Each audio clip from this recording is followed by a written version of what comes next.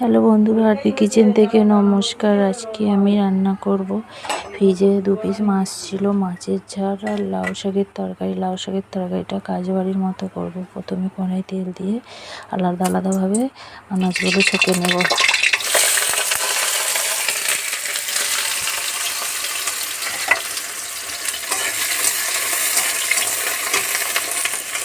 পটল বেগুন একসঙ্গে লাল লাল করে ভেজে নিয়েছি, এগুলো এবার তুলে নেব।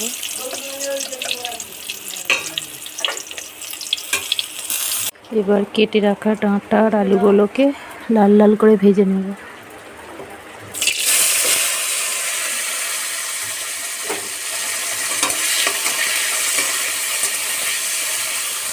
লাল লাল করে ভাজা হয়ে গেছে, এগুলোও তুলে নেব।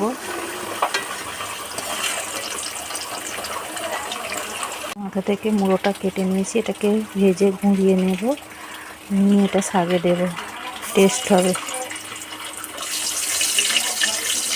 এর মুড়োটা তুলে নিয়েছি, এবার শাকগুলো তেলের ওপর দিয়ে শাকগুলো ভেজে নেব।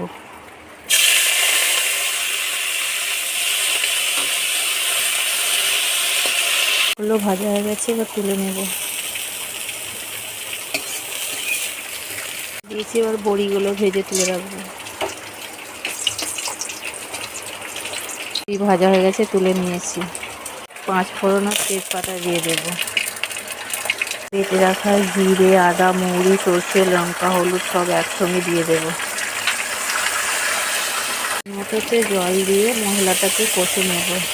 কষা হয়ে গেছে, এবার ভেজে রাখা সব সবজিগুলো মশলাতে দিয়ে দেব, দিয়ে ভালো করে আবার একটু কষে নেব।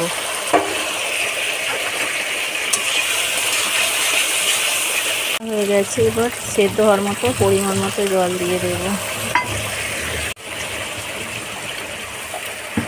পরিমাণ মতো নুন দিয়ে দেব।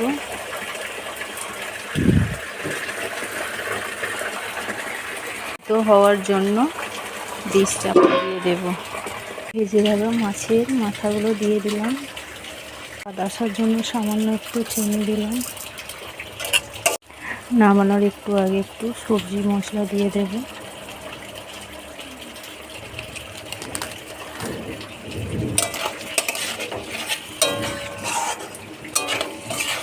দিয়ে এবার নেড়ে চেড়ে নামিয়ে নেব একটু ফুটে উঠলে।